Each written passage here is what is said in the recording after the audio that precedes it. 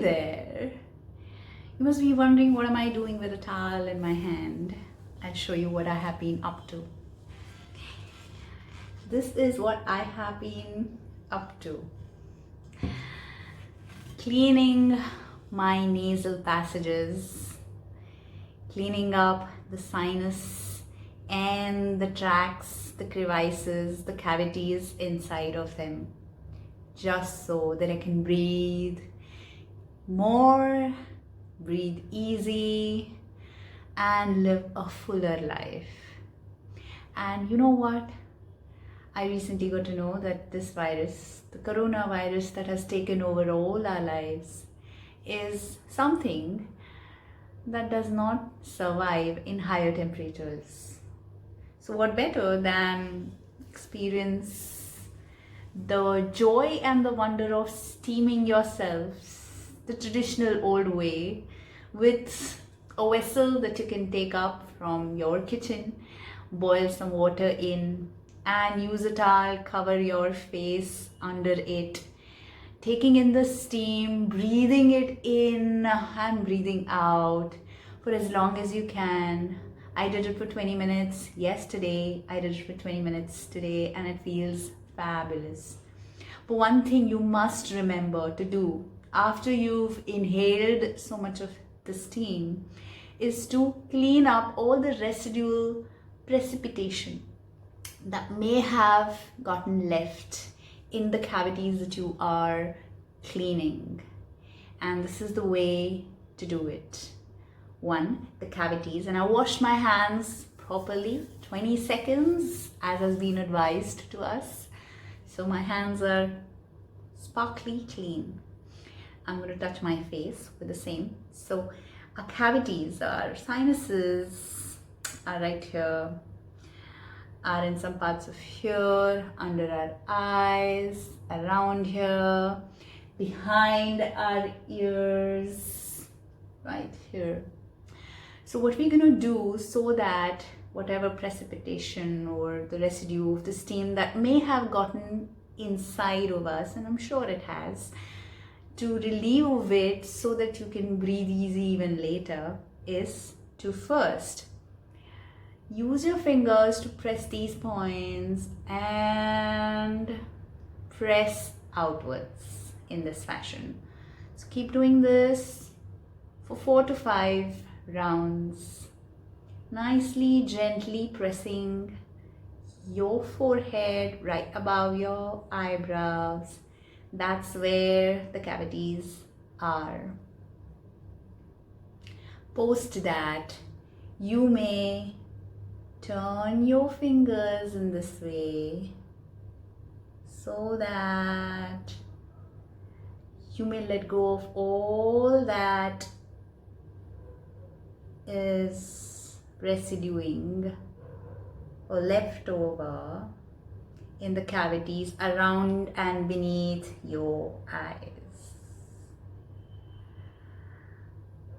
The next step is for you to move your fingers in this fashion. This ensures not just you draining yourselves of whatever is left over, but also getting a face massage. You will never need to go to a parlor to get a facial done. I never do. In the last 20-25 years of my life, I have never gotten a facial done.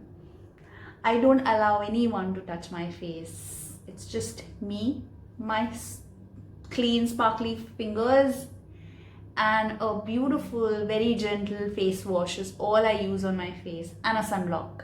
That too very seldom these days, now that I'm aware of all the chemicals that they put in. And after all, it's not so much of an exposure that we get in the sun. We need so much of chemical layering our skin and the atmosphere out there. So let our skin breathe is what I've learned, and it's turning out beautiful. The next is turn your fingers in scissor fingers this way and put it around your ear this way. So one finger in the front, one finger at the back. This is so that you can massage this cavity here. This is another sinus point. Once you put a good pressure around these spots, you feel really nice. So just move your fingers up and down this way, putting enough pressure for you to feel nice.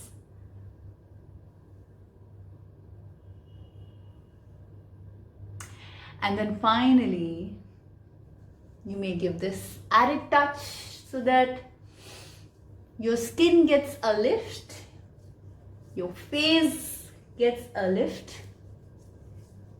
You may also do this if you want, not just this way, but also this way. Nothing to do with the sinuses and the cavities, but just for you to give yourself a facelift. And you will never need a Botox ever in your life. How's that? So this is your home remedy, free of cost, beautiful, hygienic, gentle, chemical free, and oh, so relieving, so stress free. You feel so relaxed after this, and that's how I am feeling right now. One of the foundations on which yoga stands is Saucha. Saucha means cleanliness, purity. And how do you keep yourselves clean? Do you keep yourselves clean only physically? Or do you take care of the purity in your thoughts, in your mind, purity towards your feelings towards the others, towards yourself? And one of the factors that disturbs the purity of your mind is the fear. And let me tell you a small story very quickly. There was a saint who was meditating in a village, extremely focused, calm, peaceful. And in this deep state of meditation, he sees a ghost of chickenpox. And the chickenpox ghost is about to come to the village and claim 3 lives. The saint sees this and asks the ghost not to come to the village to take away these 3 lives, because this is where he sits in meditation and he speaks to God. This is his space of practice, and therefore requests the ghost to not cause any turbulence, disturbance in his space. The ghost now speaks to the saint and says, hey, you know what? I am coming to claim these 3 lives, and only 3 lives. And it is my cosmic karmic duty to do so. Allow me to do this, and I will leave with peace and grace. Now the saint, who is understanding of the karma, of the duty that the ghost is speaking about, says, hey, you know what? All right, just go ahead, claim the 3 lives that you are supposed to, and leave peacefully. I'm good with that. The next day, the ghost comes, takes away the 3 lives, and leaves. But what happens next is, the next day, there are some more lives that are lost. And the next day after, there are some more lives that are lost. And in a week's time, there are many more. And in a fortnight's time, there are many more deaths that are witnessed in that village. So this saint is perturbed and feels deceived. He feels like the ghost had promised that he will take only 3 lives. However, there are so many deaths and the story isn't ending. So he sits in meditation again and calls the ghost. And when the ghost comes, the saint says to the ghost that, hey, you promised that you will take only 3 lives. However, look at the scene. There are so many deaths and everybody is scared. To which the ghost says, I did come to take only 3 lives. But the rest of the lives are lost because of the fear caused in the villagers by themselves. It has got nothing to do with me. The villagers apparently have killed themselves out of fear. And the saint realizes what the ghost has been saying, and that's the story. What do you learn from this? This is the story from one of the books by Paramhansa Yogananda. Such a beautiful story, isn't it? What have you learned from this story? It's not so much the chicken pox, but the fear of dying by it that causes havoc in your immunity system and therefore ruins your ability to fight any virus there is in your environment.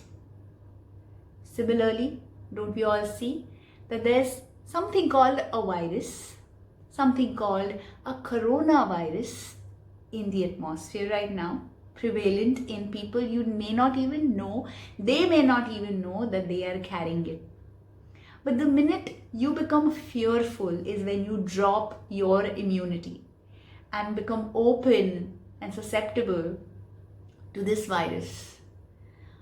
Therefore, purity, saucha, not just the physical saucha, but that of mental, spiritual, emotional, the feelings that you exhibit, that you feel towards yourself, towards others, towards matters. How about training yourself to vibrate at a high frequency by entertaining only that which is positive? And only you can do this. Nobody can help you do this. So what are the things that you're exposing yourself to? What kind of news channels are you watching? Are you zooming in to all that is happening around this disease, around the world? Or can you switch it off? Because what's the news going to help you do anyway? It's only going to create more turbulence in your mind and in your system and create an imbalance. And you do not want that in this point in time. So switch it off and turn to something more happy. May it be some funny movie you can watch, some funny TV series, or a book that will enlighten you, enliven you, lighten up your space, make you happy, keep you happy. None of what is happening outside can be changed unless you take over your life and change the space around you, the vibrations around you, one person at a time. Can you be that one person? Can you have different conversations from all that's happening in the market, all that's happening in the finances, all that's happening around in the city, given the transportation, given the disease, given the fear? Don't tune into the fear psychosis. Tune into something positive. As basic as playing with your child. Make the most of the time at hand.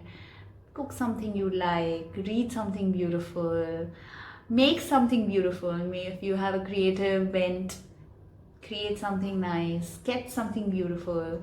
And there's so many things you can think of doing during this space and time. It's great to take a few steps back and simply watch the world go by. Meditate, slow down. There's nothing as beautiful as meditation. And it's the most beautiful way to purify your mind.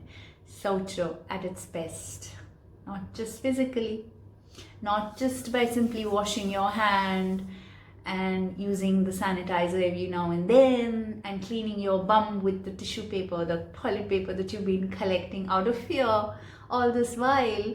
It's not enough. If your mind is not in your control, it'll create havoc, and you don't want that.